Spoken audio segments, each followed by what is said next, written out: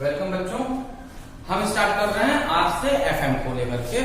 आज हमारा पहला दिन है वीडियो सेशंस को रिगार्डिंगली एसएससी जेईई 2019 जो एग्जाम होना है आपके सितंबर के पहले वीक में। स्टार्ट करते हैं हम एफएम के साथ। तो पहला क्वेश्चन देखिए आपके स्क्रीन पर है। पहला क्वेश्चन है, in an experiment the following shear stress time rate of shear strain value are obtained for a fluid। कह रहा है the time rate of shear strain 1/second is 0, 2, 3, 4। क्या कहा कि जो रेट ऑफ shear strain है, rate of shear strain that is tau, कितना दिया है 0, 2, 3 and 4। फिर कह रहा है shear stress कितना दिया है 0, 1.4, 2.6 और 4 दे रखा है। shear stress दे रखा है 0, 1.4, 2.6 and 4। क्वेश्चन कह रहा है how can the fluid be classified. अब इस फ्लूइड को किस तरीके से क्लासिफाई किया जाए। तो सबसे पहले तो हम देखेंगे कि इन दोनों में कोई ग्राफ बना सकते क्या हम, क्योंकि हमारे पास कोई और चीज नहीं गिवन है। हमारे पास गिवन है रेट ऑफ डिफॉर्मेशन और दूसरा गिवन है स्ट्रेस। तो स्ट्रेस और रेट ऑफ डिफॉर्मेशन में हम ग्राफ बनाते हैं। देखिए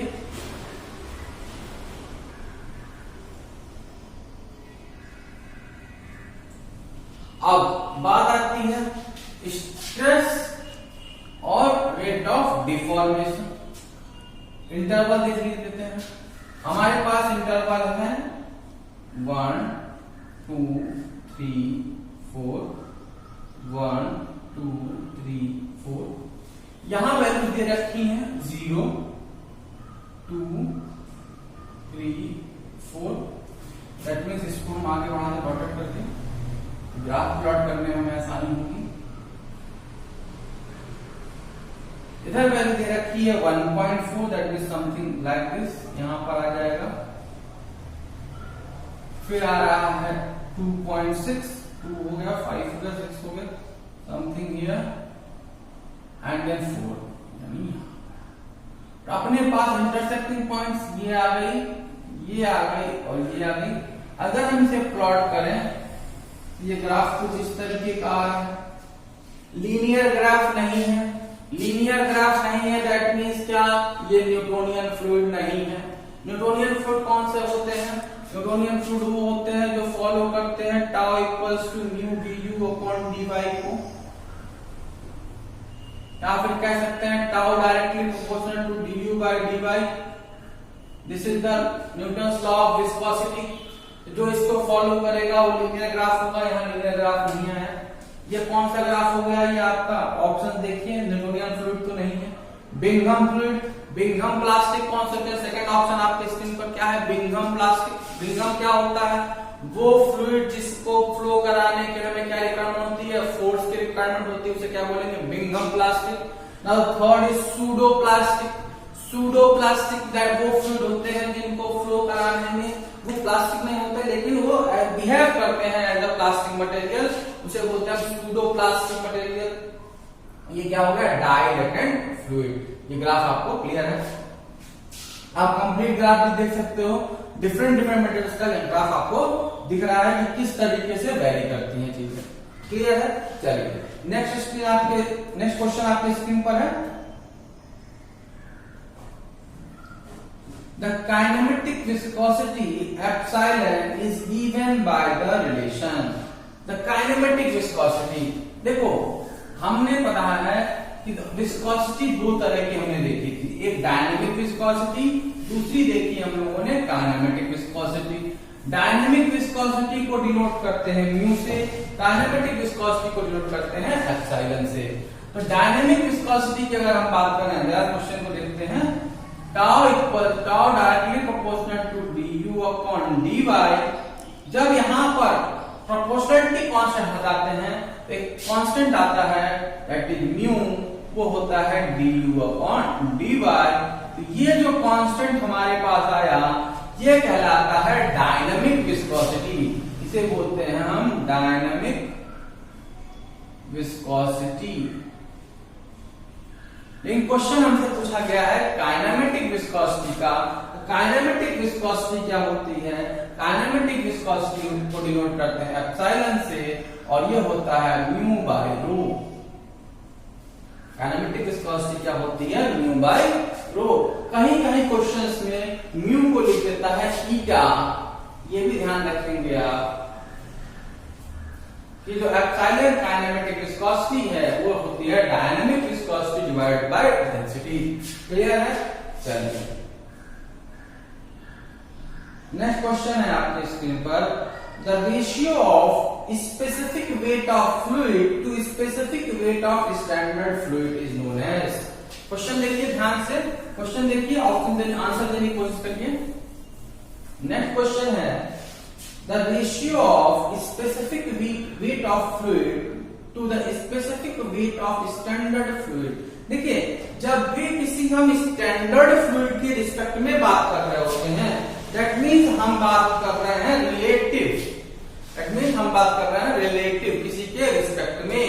तो यहाँ पर ऑप्शंस को अगर देखो तो ये आंसर हो जाएगा specific gravity, that means respect to standard fluid. अब बात करते हैं तो आंसर हो गया। अब बात करें अगर कि हमारे पास अब फ्लूइड है तो फ्लूइड दो तरीके के होते हैं, लिक्विड होगा या गैस होगा।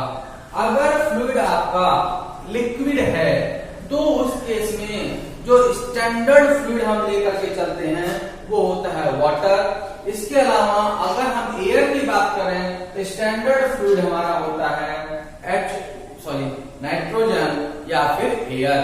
क्लियर है? ध्यान रखेंगे इस बात का। चलिए देखिए नेक्स्ट क्वेश्चन आपके स्क्रीन पर है। नेक्स्ट क्वेश्चन देखिए, the capillary rise of water in the glass tube is given by. Capillary rise in the glass tube. अब बात आती है कैपिलरिटी क्या है। क्वेश्चन को ठीक है हम आंसर सीधा दे सकते हैं। कैपिलरी राइज की वैल्यू हम दे देते हैं H equals to 4 sigma by rho G D, 4 sigma cos theta divide by rho G D. ये तो आंसर आ गया यहां से। अब बात करते हैं एक्चुअली कैपिलरिटी है क्या। कैपिलरिटी होती है राइज और fall of water level in a capillary tube. Rise और fall of water level in a capillary tube. अब बात आती है कि कैपिलरी ट्यूब क्या। कैपिलरी ट्यूब क्या होती है? एक ऐसी पाइप जिसका डायमीटर लेस देन 10 mm होगा, इसका डायमीटर लेस देन 10 mm होगा, उसे हम बोलेंगे क्या? Capillary tube. क्लियर है? देखिए क्वेश्चन को रिलेट करते हुए चलिए, डायरेक्टली आंसर्स नहीं दीजिए। अभी आप प्रैक्टिस कर रहे हो, प्रैक्टिस करते समय आपको क्या करना है? हर ऑप्शन को ध्यान रखना है। तो cos थीटा आ गया। अब cos थीटा क्या है? थीटा क्या है? Inner angle between glass and the water surface. That means क्या? देखो यहाँ पर, यहीं पर समझ लीजिए आप, जैसे कि ये आपका कैपिलरी ट्यूब है। अभी आगे क्वेश्चंस देखने को मिलेंगे आपको, यहां पर भी क्लियर हो जाएगा। जैसे सपोज करिए ये लेवल आपको मिला, ये शेप आपको कब मिलेगा? वाटर के केस में। जब वाटर और ग्लास होगा तो आपको ये शेप देखने को मिलेगा। यहां पर ये जो एंगल बन रहा है थीटा, इसे बोलते हैं थीटा। लेकिन अगर ये किसके लिए है? Water glass. ये किसके लिए है? Water glass. लेकिन अगर हम बात करें मरकरी ग्लास की, अगर हम मरकरी फिल कर दें, क्या बात करते हैं? Hg और ग्लास, तो जो शेप मिलता है हमें इस तरीके का मिलता है। अब जो हमारा एंगल होगा वो ये एंगल होगा थीटा। क्लियर है?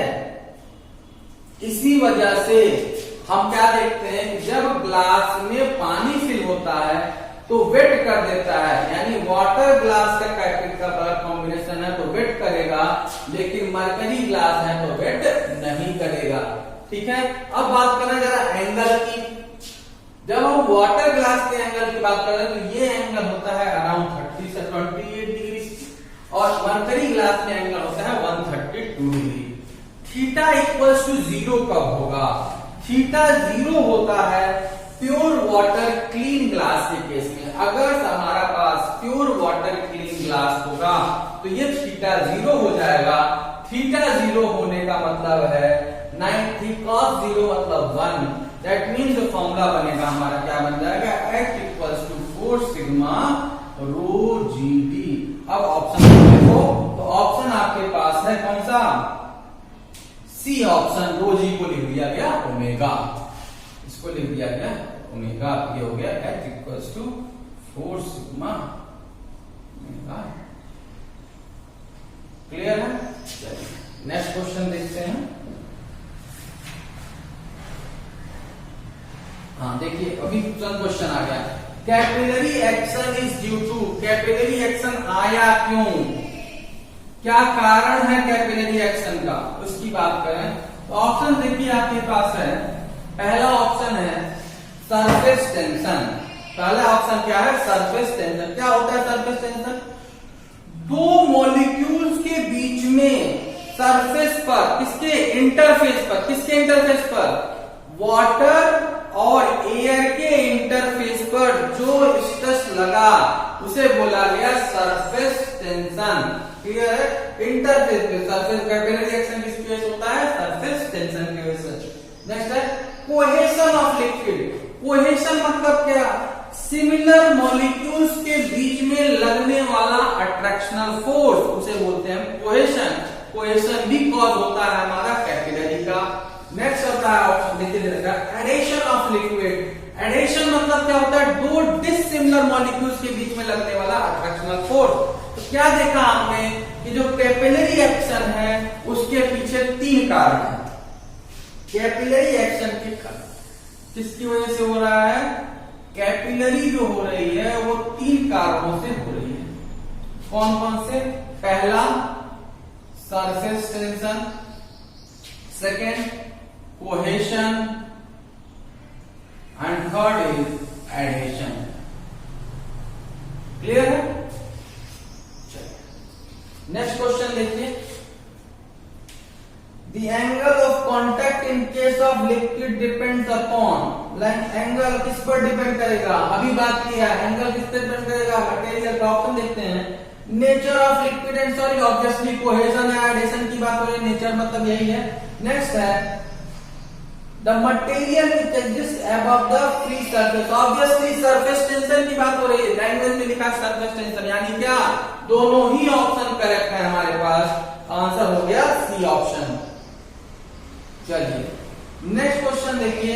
Surface tension has the unit of. Surface tension की यूनिट क्या होती है?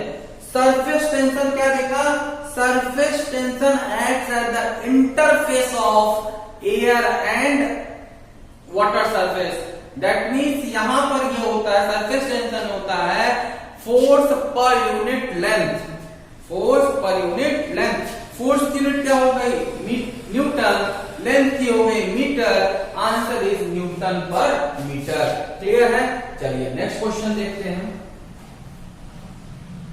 Alcohol is used as manometer. Alcohol is used as manometer because, देखो सबसे पहले तो हम समझते हैं कि मैनोमीटर क्या होता है, तब आपको क्लियर होगा कि एल्कोहल को एज अ मैनोमेट्रिक फ्लूइड क्यों यूज करते हैं, या फिर जो भी मैनोमेट्रिक फ्लूइड हम यूज करेंगे उस कौन से मैनोमेट्रिक फ्लूइड को हम प्रेफर करते हैं। ठीक है, देखो मैनोमीटर क्या होता है? मैनोमीटर एक डिवाइस है जो कि प्रेशर डिफरेंस मेजर करने के लिए यूज होता है। मैनोमीटर आपके सिंपल मैनोमीटर होते हैं, डिफरेंशियल मैनोमीटर होता है, इंक्लाइंड मैनोमीटर होता है, इसकी बात होता है। अब बात आती है कि एल्कोहल को as is used as manometer because, क्यों यूज करते हैं? ऑप्शंस देखते हैं हम। It has low vapor pressure, clearly visible, low surface tension, provide longer column due to low density. Low density कारण क्या करता है? longer column provide करता है। Obviously क्योंकि हमें longer column के कारण होती है डेंसिटी कम होती है तो मूवमेंट ज्यादा दिखता है, प्रेशर डिफरेंस हम आसानी से निकाल सकते हैं, इसीलिए अल्कोहल को यूज किया जाता है। तो आंसर हो गया डी पार्ट। क्लियर है, डी ऑप्शन इज करेक्ट। ध्यान रखिए। नेक्स्ट है poised is unit of, poised किसकी यूनिट होती है? ठीक है, पॉइस जो होती है विस्कोसिटी की यूनिट होती है। जब विस्कोसिटी की यूनिट्स की हम बात करते हैं, विस्कोसिटी का टर्म कहां आया था, ध्यान रखिए। विस्कोसिटी आया था न्यूटन लॉ ऑफ विस्कोसिटी, जो कहा था tau directly proportional to du upon dy। Proportionality constant हटाया था, mu equals to du upon dy। Mu की वैल्यू निकाला हमने tau into dy by du। Clear. Tau मतलब क्या, स्ट्रेस, स्ट्रेस है, यार स्ट्रेस है। यूनिट क्या हो गया, न्यूटन पर मीटर स्क्वायर।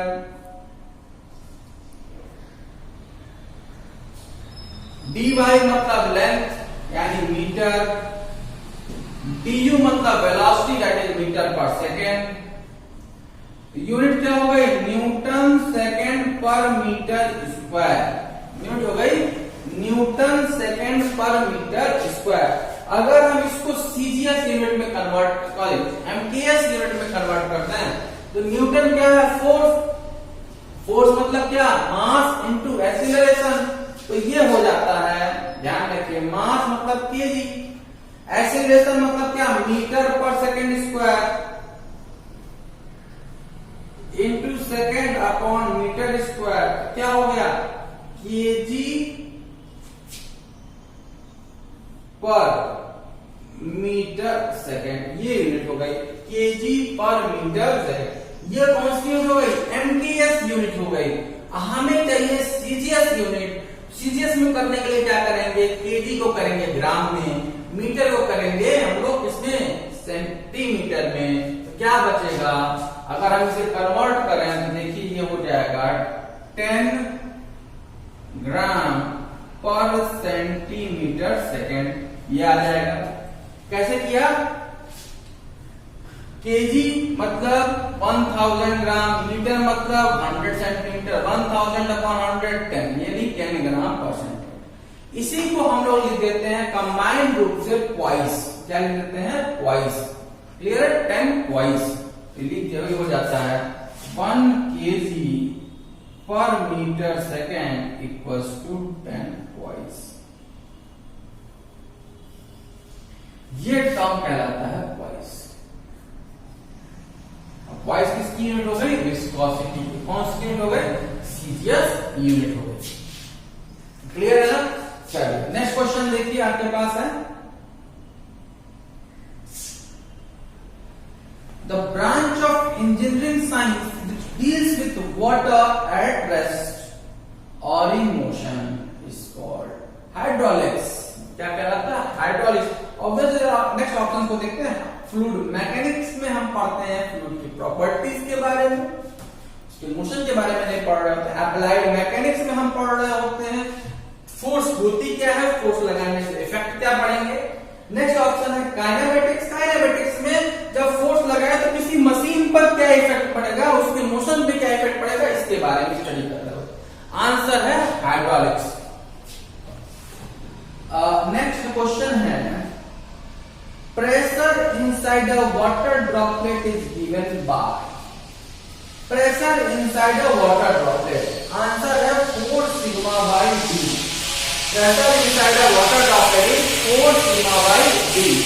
अब अगर हम बात करें pressure inside a soap bubble, देखो अंतर है, वाटर ड्रॉपलेट और सोप बबल में डिफरेंस है। क्या डिफरेंस है, जब हम बात कर रहे हैं वाटर ड्रॉपलेट की, दैट मीन्स वाटर ड्रॉपलेट में जो लेयर है अंदर की और बाहर की, वो दोनों सेम है, केवल और वाटर है। लेकिन हम सोप बबल की बात कर रहे हैं तो अंदर एयर है, ऊपर एक लेयर वाटर की है, बाहर फिर एयर है, इस तरह की कंडीशन आती है। तो जो pressure inside of water droplet, देखिएगा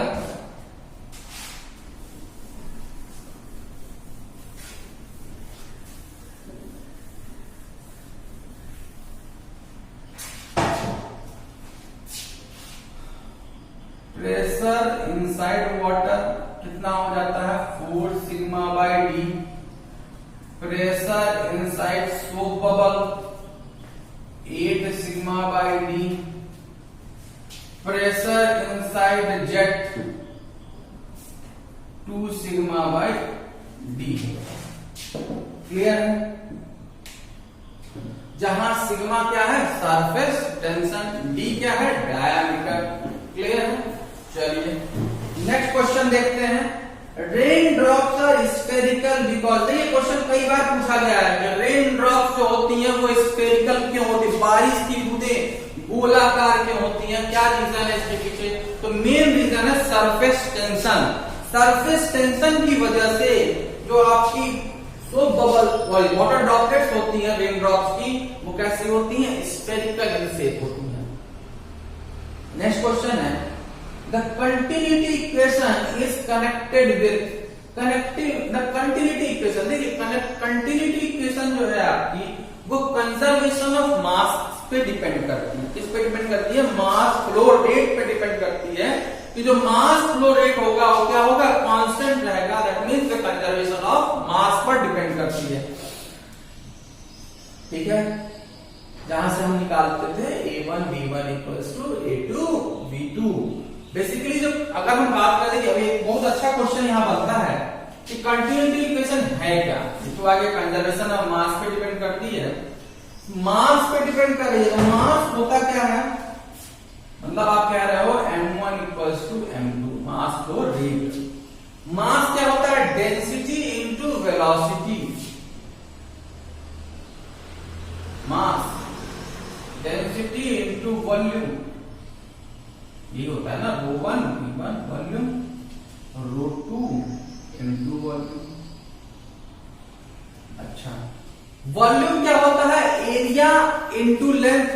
यहां पर यूनिट चल रही है, ध्यान रखिएगा पर यूनिट ही बात कर रहा हूं मैं, पर यूनिट टाइम की लिख दीजिए। अब ρ1 वॉल्यूम को क्या लिख सकते हो? Area into length, area into length, ये हो जाता है ρ1 a1 v1 बराबर ρ2 a2 v2। तो बेसिकली जो कंजर्वेशन ऑफ इक्वेशन है, कंटिन्यूटी इक्वेशन है, वो क्या है? ρ1 a1 v1 equals to ρ2 a2 v2। लेकिन हम अमूमन देखते हैं कंटिन्यूटी इक्वेशन को लिख देते हैं a1 v1 equals to a2 v2। क्यों लिखा गया? इसके पीछे रीजन क्या है कि डेंसिटी कांस्टेंट है। अगर आपसे कहा जाए कि डेंसिटी कांस्टेंट है तो इनकंप्रेसिबल फ्लूइड है, डेंसिटी कांस्टेंट मतलब क्या? इनकंप्रेसिबल फ्लूइड है, तो हमारी इक्वेशन हो जाती है। मतलब अगर आपसे कहते हैं इनकंप्रेसिबल फ्लूइड, क्या कहा? इनकंप्रेसिबल फ्लूइड है, इनकंप्रेसिबल फ्लूइड है, दैट मींस ρ1 इक्वल्स टू ρ2, तो क्या आ जाएगा? a1 v1 equals to a2 v2। Clear? इस तरीके से हम क्वेश्चन को तो क्वेश्चन हमारा सिंपल था, क्या था? Continuity equation is connected with conservation of mass. Now the next question is Newton's law of viscosity is relation between, Newton's law of viscosity किस पे डिपेंड कर रही है? देखा, tau directly proportional to du upon dy is Newton's law of viscosity. तो किसके depend कर रही है? शियर स्ट्रेस और rate of deformation. Rate of deformation बोले, वेलोसिटी ग्रेडियंट बोले, एंगुलर डिफॉर्मेशन बोले, बात बराबर है। तो आंसर क्या हो गया? A option. Now the next question is the surface tension of mercury at normal temperature compared to that of water is, surface tension of mercury at normal temperature, surface tension of mercury क्या होती है? ज्यादा होती है in comparatively to water at same temperature। क्यों? इसके पीछे reason क्या है? Because of density change। Mercury की जो डेंसिटी होती है इनकम्पैरेटिवली वाटर क्या होती है? बहुत ज्यादा होती है। इसी वजह से जो मरकरी होती है वो क्या होती है? सर्कुलर फॉर्म में होती है। सर्कुलर फॉर्म में है, दैट मींस उसकी सरफेस टेंशन क्या होगी? ज्यादा होगी। क्लियर है?